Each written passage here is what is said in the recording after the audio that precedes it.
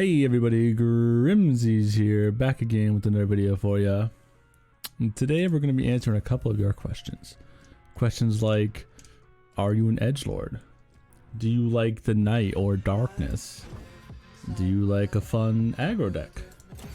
And boy do I have the answer for you. Today we're looking at our Nightfall aggro deck. I made a couple of changes just to give it a little bit more of a tempo feel, because I feel like when you commit too hard to the aggro, especially in the current meta, you can lose out to heavy control. So I just added in a couple options to extend our range with this deck. So I'll run through the deck list real quick and then I'll have a couple games for you guys. So the early curve is all about just stuff that we can activate Nightfall with. Fading Memories is awesome. You could copy Doom Beast with it. Stygian Onlooker even. I mean, there's plenty of aggro options to copy for 0 mana and then play as a Nightfall. Lunari Dustbringer, so again, it's a 1 for a 2/1, which is a pretty nice stat line for an aggro deck. And then you get a Dust Petal Dust, which just helps proc Nightfall that much easier. Solari Soldier, 1 mana 3/3 to activate Nightfall. 1 mana 4/1 Fearsome. Here's one of the changes I made to Behold the Infinites.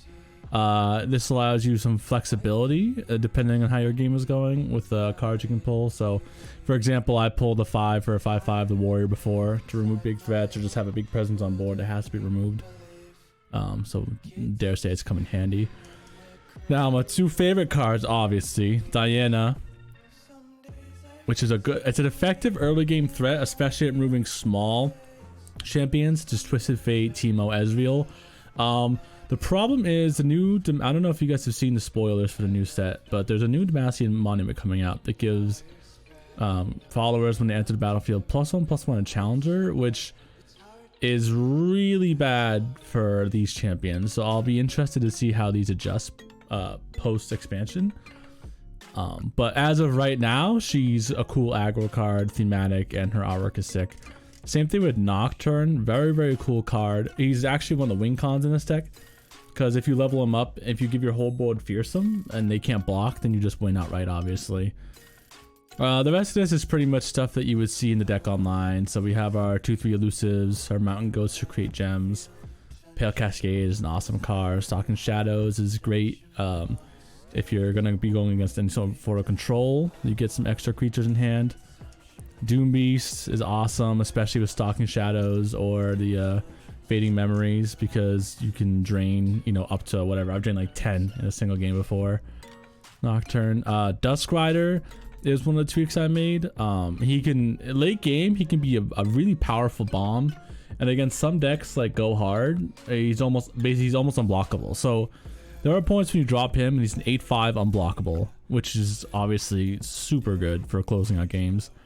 And then just for a fun deck tech, I threw in the Harrowing. I've been playing a little bit, and there are times when you come to the late game, you top deck this, and then this allows you to win. But you shouldn't really count on it, and I wouldn't keep it in your opening hand. So your standard opening hand, you want to keep Solari Soldiers, Lunari Dustbringers, Diana, and the Shade Stalkers would be ideal for your opening hand. Everything else you mull, and then if you're going up against control, you can keep Stalking Shadows. So that's the rundown of the deck. We'll get into some games. Interested to find out. Trundle Trin would make me feel the rush, but they're running Shadow Isles. They could be control-y, so we're actually going to keep one Stalking Shadows. Okay, we get the Crimson Guardian back again, because he just really wants to be in our opening hand. You get a Mountain Goat, Pale Cascade. Not bad. Not amazing, but we're also not opening up with an attack, so we're going second. This isn't a terrible hand. Okay, Behold the Infinite. So we go Mountain Goat here. Just start off creating pressure with a 3/2. Okay, that trades with our 3/2, so we hold. You can always just Pale Cascade next turn.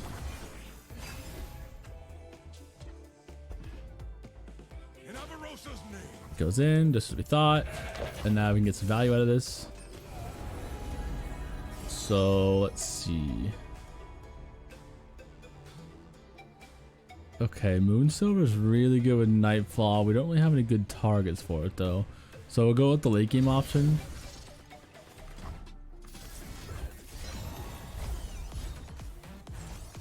Okay, pulled Doom Beast, that's not bad.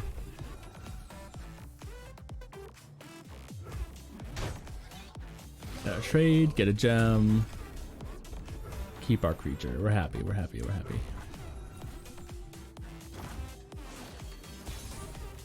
Alright, so we can go gem into Crescent Guardian this turn.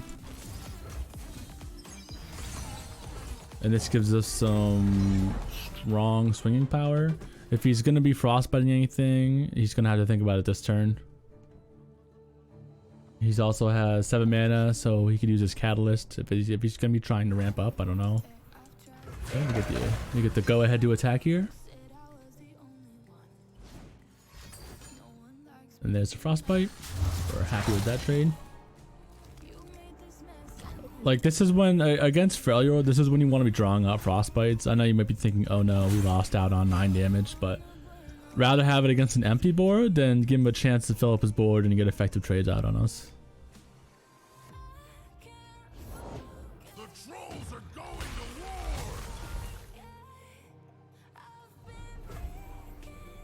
war. Okay, let's see here.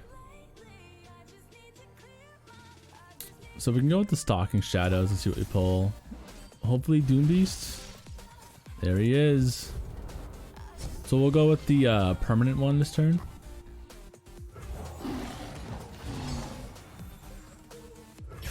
We know he's not going to attack with Trundle into this unless he's got the 1 mana Frostbite, and he doesn't. Perfect. Alright, so he has 7 mana. Avalanche is something to watch out for here. Let's see. So we can proc Diana this turn, which is a pretty sweet deal. So let's play this. If he's gonna Avalanche, it's probably right now.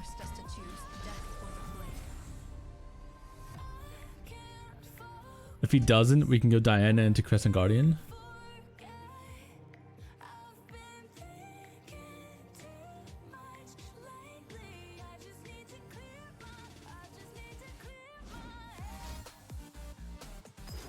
There it is.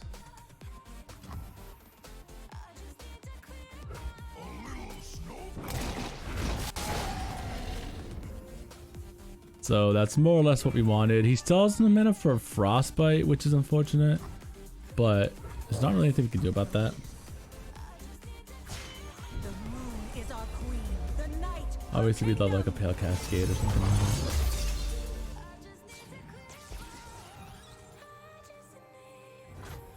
And then we'll go with the other Crescent Guardian.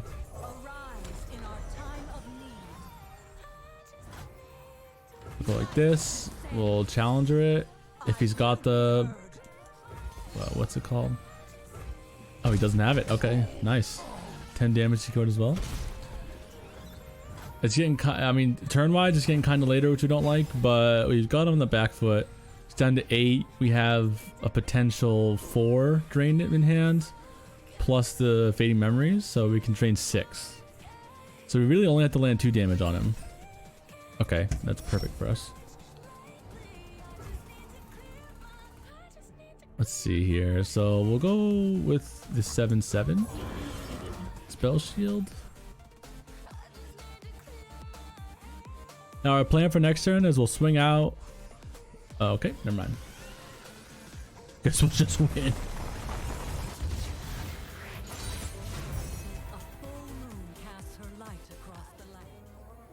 Okay, we're back at it again against Pizza, our villain in this game. What do you got in store for us, Pizza?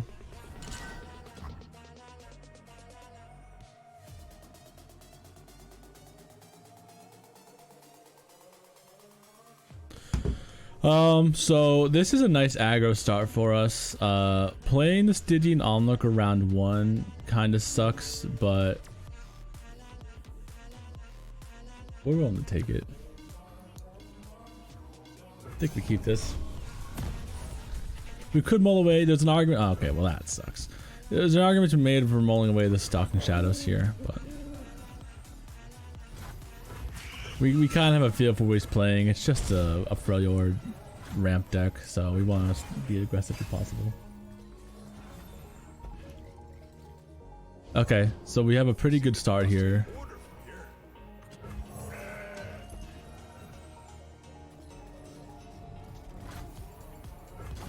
Okay, so now we can go another mountain goat.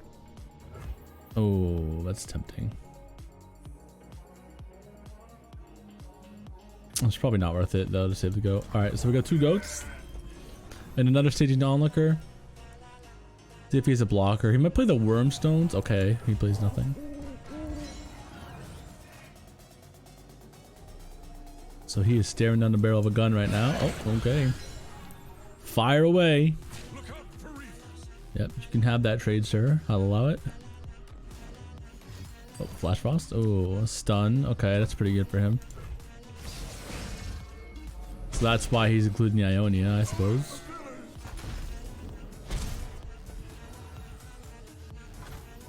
Okay, end round. Okay, Nocturne's a cool pull. Not really, well, I guess after one more swing. Okay, so we'll just save the mana.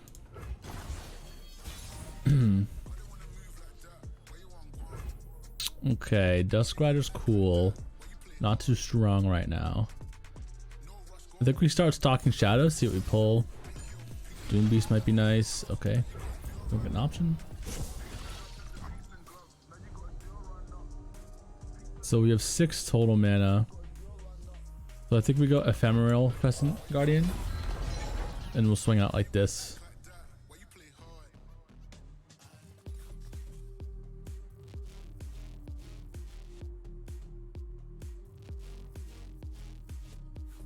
What do you have for us, pizza? You know what you got yourself into here.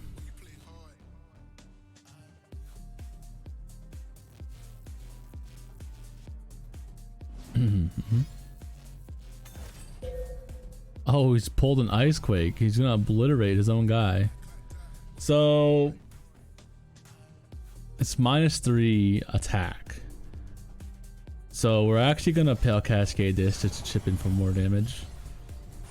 It's only 4, but if he's gonna drop his blocker, I mean.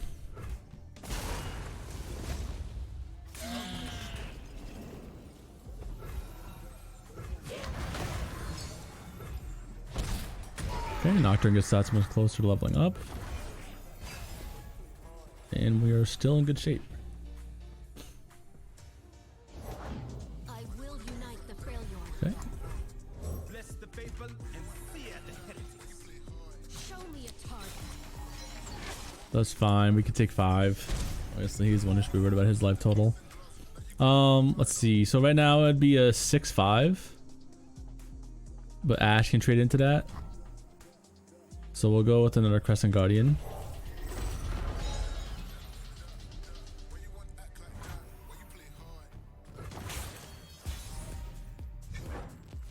Okay, so since we now have a Nocturne, we feel comfortable playing ours. We could Harrowing here too. He's at 9 mana. Probably not. I mean, no doubt he's got an Avalanche in hand or something like that. So we're gonna gem the Solari Soldier, because with Nocturne we can give her vulnerable and then send her into him for a trade. So we're threatening lethal, so he has to respond now or die.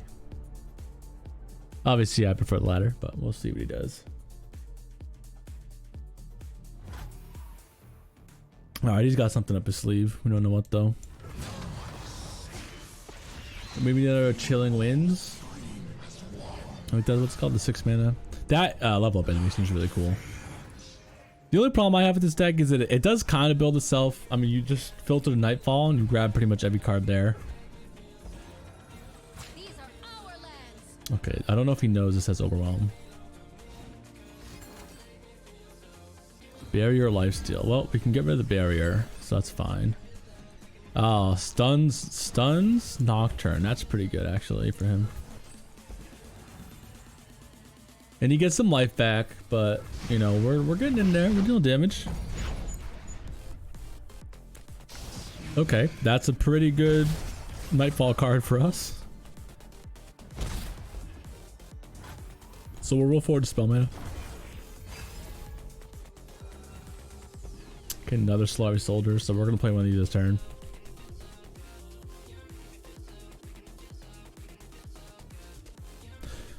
The thing is, Nocturne's ability is when you play a unit. So in order for us to have our whole board be unblockable next turn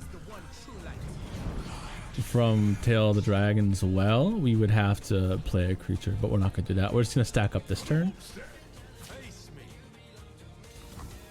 Okay, I mean, I don't know. I'm not going to let you draw a card. We will block this though. He can Frostbite this. I don't really... Oh, okay, never mind. So we'll play our dragon since he's got Fearsome as well, and we get 2 cards out of it. So you can see, even though it's an aggro deck, like here we are turn, what, 8, and we have a full hand. Another Avalanche, that's fine by us.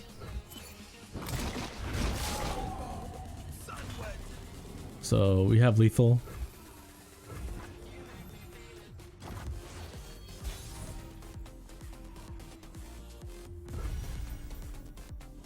Let's see. If we attack and he has Chilling Winds, we don't win. So let's build up the board a little bit more. Now he could have another Avalanche. That would be sad, but it wouldn't save him. So let's see. We have 9 mana. I think we start Solari Soldier and see what he responds with. If he kills Nocturne, we can just a Hero Ring. We don't really care. I mean, or if he does some other big board wipe. Although we should know he's running Ionia, so he's a chance he could have a deny in there. What you got for us, pizza? Calling all pizzas. Oh, here we go. Avalanche. Feel the rush. Okay, he taps out. We're fine with that.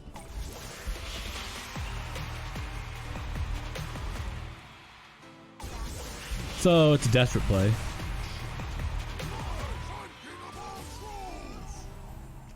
But we have enough to go around his block, so we don't really care. But Dusk Rider. That's not even optimal play, but okay. I was expecting him to surrender, I'll be honest. Find your path in the dark and follow no false light.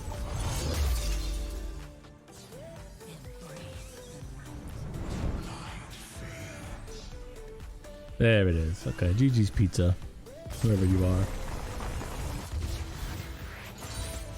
Yeah, well, that's the deck. Fun, aggressive, with a little bit of mid-range. We'll see if anything else comes out in the new set to add to it. But for now, this was Grimsies. Don't forget to like, comment, and subscribe, and I'll catch you next time.